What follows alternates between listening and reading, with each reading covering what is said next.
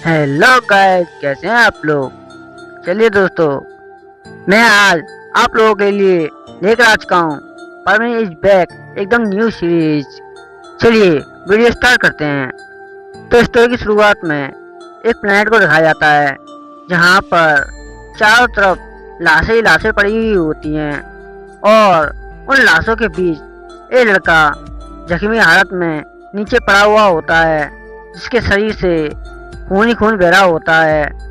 तभी वहाँ पर एक शख्स की एंट्री होती है जो परमैन से कहता है, कैसे हो परमैन, बहुत दिन हो गए तुम्हें देखे हुए। मुझे नहीं पता था मैं तुम्हें इस हालत में देखूंगा। तभी उस शख्स को देखकर परमैन को गुस्सा आने लगता है और गुस्से में कहता है, जियोन, मैं तुम्हें मार डालूंगा। और परमैन की इस तरह की बात सुनकर जियोन जोर से हंसने लगता है कि तभी चारों ओर भीड़ इकट्ठी हो जाती है जहाँ पर लोग जोर जोर से कहने लगते हैं, इस गद्दार के स्टूडेंट को मार डालो, इसका मास्टर भी गद्दार था और ये भी गद्दार है, इसकी वजह से बैटलफील्ड में बहुत सारे लोग मारे गए, इसे सजा दो, इसे सजा दो। और ऐसे ही चारों तरफ यही हल्ला हो रहा होता है। तभी जियोन उसके पास आकर कहता है, तुम सुन रहे हो ना ये आवाज तुम्हें कैसी लगी। चलो तुम मरने वाले हो तो तुम्हें एक आखिरी बात मैं तुम्हें बता देता हूँ। तुम्हारे मास्टर को मैंने ही अपने हाथों से मारा था और उसे गद्दार के नाम पर घोषित कर दिया था। तुम्हें पता है जिस बट चिप पर तुम इतना भरोसा करते हो वो बट चिप मेरे इशारों का एक कठपुतली है। दरअसल जिस वक्त तुम इस प्लेनेट पर आए थे उसी समय पर मुझे ये रियलाइज हो गया कि तुम काफी आगे तक जाओगे, तुम एक काफी जीनियस परमैन हो, इसलिए मैंने पहले बट चिप को अपने रास्ते से हटाया और उसकी जगह पर एक रोबोट को लाकर खड़ा कर दिया। और बाकी सब तो तुम अच्छी तरह से जानते हो कि क्या हुआ था अब तक तुम्हारे साथ। तभी परमैन ऐसा सुनकर गुस्से में दांत पीछने लगता है और इधर से कहता है, तुमने ऐसा क्यों किया, तुम तो हम लोगों में से एक थे, फिर तुम लोगों ने हमारे साथ ऐसा क्यों किया।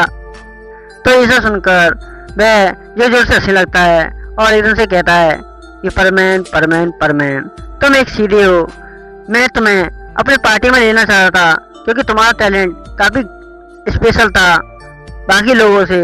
मुझे यहाँ आए हुए पूरे 100 साल हो चुके, जो कुछ मैं सीखा था वो सब तुमने सिर्फ 5 सालों में सीख लिया था, तो इसे ही तो टैलेंट कहते हैं। लेकिन जब मैंने तुम्हारी वफादारी देखी तो मैंने सोचा तुम मेरे काम तो नहीं आ सकते सिवाय रास्ते के, इसलिए सबसे पहले मैं तुम्हें रास्ते से हटाने के बारे में सोचा। तुम्हें पता है तुम्हारे प्लेनेट के लोग काफी होशियार हैं, इसीलिए मैंने दूसरे प्लेनेट के लोगों से तुम्हारे प्लेनेट के सभी इंसानों और जीव जंतुओं का सौदा किया है।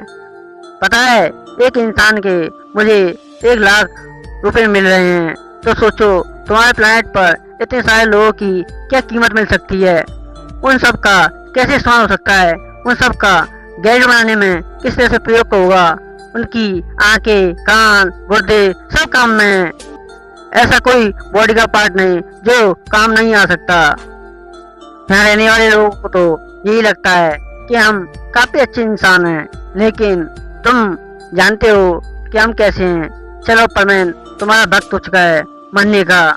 और वह इतना बोलकर अपने आदमियों से इशारा करता है जहाँ पर बट चिप अनाउंसमेंट कर देते हैं, इस गद्दार को अभी के अभी मार डालो। और इतना कहते ही एक मिसाइल लॉन्च होती है और वह सीधे परमैन को हिट हो जाती है। और परमैन एकदम से कहता है मरने से पहले, क्या ये सब इस तरह से खत्म हो चुका है, क्या यही मेरी जिंदगी थी। मैंने अपनी मॉम को कितना याद किया कि मैं मरने से पहले एक बार मैं अपनी फैमिली को देख सकूं, लेकिन सब कुछ खत्म हो गया, ये सब मेरी गलती थी। मैंने इन लोगों पर इतना भरोसा किया, मुझे ऐसा नहीं करना चाहिए था। और वह इतना कहकर अपनी आंखें बंद कर लेता है कि तभी एक रोशनी होती है और वह एकदम से अपनी आंखें धीरे धीरे कर खोलने लगता है कि तभी उसे जोर से एक लात पड़ती है और वह डायरेक्ट से नीचे गिर जाता है। और जब परवीन देखता है कि वह कहाँ पर है तो वह अपने सामने देखता है, उसके सामने गाको खड़ी हुई होती है, जिसे देखकर मिस्सू एकदम इमोशनल हो जाता है और उसके आंखों से आंसू बहने लगते हैं और वह गाको को गले लगा लेता है और कहता है, मैं तुम्हें कितना मिस किया, मैं तुम्हें कितना मिस किया, मुझे तुम्हारी बहुत याद आ रही थी। तभी गाको उसे जोर से धक्का दे देती है और वह परवीन नीचे गिर जाता है। तभी गाको गुस्से में कहती है, तुम्हें होके क्या गया है सुबह सुबह, तुम्हें इस तरह की बहकी बहकी बातें क्यों कर रहे हो, जल्दी से नीचे आ जाओ, मॉम इंतजार कर रही हैं। और वह ये सब बोलकर नीचे चली जाती है। तभी मिस्सू कहता है, क्या क्या ये कैसे हो सकता है, क्या ये सपना नहीं है? और वह अपने बेड में रखे हुए कैलेंडर की तरफ देखने लगता है और वह कहता है, क्या मैं पीछे आ गया, ये कैसे हो सकता है? और वह अपने गले में अपनी लॉकेट को देखता है। वह लॉकेट बर्डमैन ने आखिरी समय मरने से पहले उसे दिया था, जब परवीन ने उससे पूछा था कि बर्डमैन ये गैजेट काम क्या करता है, तो बर्डमैन ने कहा था, मुझे इसके बारे में कुछ नहीं पता, ये मेरी फैमिली में पास डाउन होता जा रहा है और इसका प्रयोग शायद मैं भी नहीं जानता। ये एक पेंडेंट के रूप में काफी अच्छा लगता है, इसलिए मैंने तुम्हें इसे देने का फैसला किया। और वह उस पेंडेंट को ध्यान से देखने लगता है और एकदम से कहता है, अगर ये सब सपना होता तो ये गले में ये पेंडेंट मेरे नहीं होता, तो इसका मतलब मैं समय में पीछे आ चुका हूँ और अब मेरे पास समय है फिर से स्ट्रॉन्ग बनने का। और एक बार मैं पहले की तरह स्ट्रॉन्ग हो जाऊं तो मैं पहले की तरह स्ट्रॉन्ग नहीं बल्कि उससे भी ज्यादा स्ट्रॉन्ग होऊंगा और उन सभी गद्दारों को ढूंढकर मारूंगा जो मेरे अपने लोगों के मौत के जिम्मेदार थे। तुम सिर्फ इंतजार करो जियोन, मैं तुम्हें जल्दी मार डालूंगा।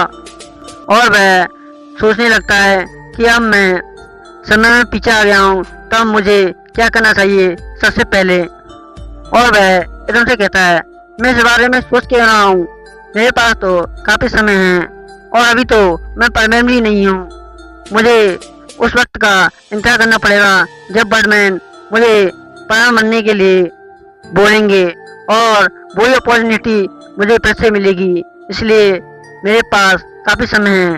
और वह इतना बोलकर नीचे चला जाता है, जहाँ पर उसकी मॉम और डैड और गाको तीनों टेबल पर बैठे हुए होते हैं। तभी उसकी मॉम कहती है कि मिस्सू खाना खा लो जल्दी से। दोस्तों, मैं आप लोगों को एक बार बता दूं, खाना खाने का मतलब नाश्ता है। तभी मिस्सू नाश्ता करता है और अपनी मॉम को देखने लगता है और उसे खुश होकर खाने लगता है और एकदम से कहता है, इस ब्रेड का टेस्ट आज भी वैसा ही है। और यह इतना बोलकर उसे खाने लगता है। उसकी आंखों से आंसू बहने लगते हैं, जिसे देखकर मिस्सू की मॉम कहती हैं कि मिस्सू तुम्हारी तबीयत तो ठीक है ना, आज तुम सुबह से कुछ अजीब तरह की हरकतें कर रहे हो। तभी अपनी मॉम की इस तरह की बात सुनकर मिस्सू कहता है, नहीं मॉम, मैं एकदम ठीक हूँ। और वह इतना बोलकर जल्दी जल्दी से ब्रेड खा लेता है और बैग उठाकर वहां से स्कूल की तरफ चला जाता है। रास्ते में परवीन सोचने लगता है, उफ, ये बॉडी काफी कमजोर है, मैं इसे ठीक से इस्तेमाल नहीं कर पा रहा हूँ। सच में मैं उस समय काफी कमजोर था, लेकिन मुझे किसी भी हालत में स्ट्रॉन्ग बनना पड़ेगा। और वह इतना बोलकर सीधे तेजी से भागने लगता है और वह टाइम पर स्कूल पहुंच जाता है, जहां पर वह अपने बैग टेबल पर रख देता है कि तभी मिस्सू के बाकी दोस्त वहां पर आ जाते हैं और मिस्सू को टाइम पर स्कूल आते ही देखकर चौंक जाते हैं और एक दूसरे कहते हैं, ये कैसे हो सकता है, मैं आज कोई सपना तो नहीं देख रहा, मिस्सू आज टाइम पर स्कूल आ गया। ऐसे कैसे हो सकता है। तभी मित्सुको भी कहती है, हाँ मुझे तो इस बात पर यकीन नहीं हो रहा है कि मैं मित्सुको को देख रही हूँ, वो भी इस समय। और ऐसे ही बैठे बैठे क्लास में सभी लोग मित्सुको को मजाक उड़ाने लगते हैं। तो उसी समय पर क्लास में टीचर आ जाते हैं और जब मित्सुको के टीचर मित्सुको को देखते हैं तो एकदम से हैरान हो जाते हैं और एकदम से कहते हैं, क्या मैं कोई सपना तो नहीं देख रहा, सच में मित्सुको तुम टाइम पर आ गए, ऐसे कैसे हो सकता है। तभी ये सब देखकर मित्सुको को काफी गुस्सा आने लगता है, लेकिन वह चाहकर भी कुछ नहीं कर सकता और वह अपने मन में कहता है, मैं पास्ट में बहुत सारी गलतियां करता था, तो इसमें कोई बड़ी बात नहीं कि टीचर मेरे साथ इस तरह का व्यवहार कर रहे हैं, उनके लिए तो एक सपना ही है। तभी टीचर सभी बच्चों से कह रहे हैं कि चलो बच्चों, सबका सब अपना अपना होमवर्क निकाल लो। तभी टीचर की इस बात सुनकर मित्सुको एकदम चौंक जाता है और उसे याद आने लगता है कि उसने शायद होमवर्क नहीं किया। तभी टीचर सभी बच्चों से कहते हैं, जिसने अपना होमवर्क नहीं किया है वह खड़े हो जाएं। तभी टीचर की इस बात सुनकर मित्सुको एक सांस लेता है और एकदम से कहता है, लगता है खड़ा होने का समय आ गया है।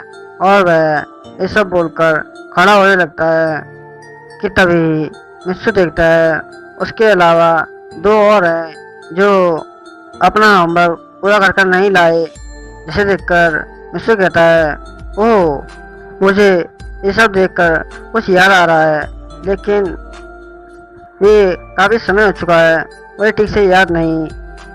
तभी टीचर कहते हैं कि अच्छा तुम दोनों ने भी होमवर्क नहीं किया, चलो कोई बात नहीं, मैं आज तुम लोगों के सामने कल के होमवर्क में से 3 सवाल दूंगा, जिसने भी एक एक सवाल का जवाब दे दिया तो मैं उसे बैठा दूंगा, अगर जिसने सवाल का जवाब नहीं दिया उसे बाहर जाना पड़ेगा। और ऐसा ही कुछ समय बाद टीचर बोर्ड पर 3 सवाल लिख देते हैं, जिसे देखकर मित्सुको कहता है, अरे हाँ मुझे कुछ याद आ रहा है, ये तो टीचर के वही 3 सवाल हैं जिसकी वजह से मुझे बाहर जाना पड़ा था, लेकिन इन 3 सवाल ये मेरे पास जाने का कारण नहीं थे, बल्कि जो आखिरी वाला सवाल था वो सबसे ज़्यादा हार्ड था, जिसे पूरी क्लास में किसी ने सॉल्व नहीं किया था। उसके कुछ समय बाद सभी लोगों ने टीचर से कहा, तब जाकर टीचर ने इस सवाल को सबको समझाया था, लेकिन इसमें मेरी कोई गलती नहीं थी। लेकिन टीचर ने इस पर बिल्कुल भी ध्यान नहीं दिया, क्योंकि मैं अपना होमवर्क वैसे भी नहीं करके लाता था, लेकिन आज कुछ अलग करने का टाइम है। और टीचर के कहने के अनुसार सभी बच्चे बारी बारी आकर सवाल सॉल्व कर देते हैं, जिस पर टीचर खुश होते हैं कि तभी मित्सुको अपने सीट से खड़ा हो जाता है और बोर्ड की तरफ बढ़ने लगता है, जिसे देखकर सभी बच्चे हैरान हो जाते हैं और एकदम से कहते हैं, क्या तुम्हें कुछ दिखाई दे रहा है, ये सवाल तो बहुत ज़्यादा हार्ड है, मुझे लगता है मित्सुको इस सवाल को सॉल्व पूरा कर पाएगा। तभी उसके बगल में कुछ बच्चे आपस में बातचीत करने लगते हैं कि तुम सिर्फ चुप रहो, वैसे भी इससे क्या फर्क पड़ता है, हम सभी उसके बारे में अच्छी तरह से जानते हैं कि वह पढ़ाई तो करता नहीं है, तो वो सवाल कहाँ से पूरा करेगा, इसलिए इस वक्त चुप रहने में भलाई है। तभी मित्सुको उस सवाल को धीरे धीरे कर सॉल्व करने लगता है और कुछ समय बाद उस सवाल को वाकई में सॉल्व कर देता है, जिसे देखकर टीचर और बाकी सभी बच्चे हैरान हो जाते हैं, क्योंकि टीचर को अवसर याद आ जाता है कि सवाल उन्हें गलती से बोर्ड पर लिख दिया था, जो काफ़ी हार्ड है। और ये सब देखकर टीचर काफ़ी खुश हो जाते हैं। टीचर कहते हैं कि तुमने ये सवाल कैसे सॉल्व किया, ये सवाल तो गलती से लिख दिया था। और वे एकदम से चुप पड़ जाते हैं, क्योंकि उन्होंने गलती से अपने मुंह से सच उगल दिया, जिसे देखकर क्लास में सभी बच्चे हैरान हो जाते हैं। और मिस्सू के बारे में बात करने लगते हैं कि उस जैसा लड़का भला सवाल कैसे सॉल्व कर सकता है जो हमारी समझ से भी बाहर है। तभी मिस्सू बड़ी शान से टेबल पर जाता है और टीचर से कहता है, ठीक है तो सर, मैं बैठने जा रहा हूँ। और ये सब देखकर सही बच्चे मिस्सू की तरफ ही घूरने लगते हैं। लेकिन टीचर के तो होश उड़े ही होते हैं, उन्हें तो कुछ भी याद नहीं रहा होता है कि वो आखिर बच्चों को क्या पढ़ाएं। और ऐसे ही कुछ समय बाद टीचर बाहर चले जाते हैं और बारी कर सारी क्लासें बदलती रहती हैं और टाइम हो जाता है लंच टाइम का, जहाँ पर मिस्सू अकेले बैठकर लंच कर रहा होता है, जिसे देखकर क्लास में बाकी बच्चे मिस्सू के करीब आ जाते हैं और मिस्सू से कहते हैं कि मिस्सू, तुमने वो सवाल कैसे पूरा किया, वो तो काफ़ी हार्ड था। लेकिन मिस्सू उन सबको इग्नोर कर सीधे अपने लंच पर ध्यान देता है और उन्हें नजरअंदाज कर देता है, जिसे देखकर काला साहू को काफ़ी गुस्सा आता है। तभी मिचिको भी मिस्सू से पूछने का ट्राई करती है, जिसे देखकर मिस्सू सिर्फ मिचिको की तरफ देखने लगता है और एकदम से कहता है, अरे हाँ, मुझे तो याद आ गया, ये तो मिचिको है। मेरी पिछली लाइफ में ये काफ़ी एटीट्यूड वाली लड़की थी, इसी चक्कर में मैं कितना इसके पीछे पड़ा रहता था, लेकिन ये मुझे बिल्कुल भी भाव नहीं देती थी। मैं इसके कैरेक्टर को अच्छी तरह से जानता हूँ, लेकिन अब मुझे मौका मिला है इस लड़की से रिवेंज लेने का। तभी मिचिको मिस्सू के पास आकर कहती है कि मिस्सू, बताना मुझे, तुमने आखिर ये सवाल कैसे सॉल्व किया। लेकिन मिस्सू मिचिको की बात को नजरअंदाज कर देता है, जैसे कि वह इसके सामने है ही नहीं। और इसी के साथ ये पार्ट नहीं समाप्त होता है, नेक्स्ट पार्ट बहुत जल्दी आएगा।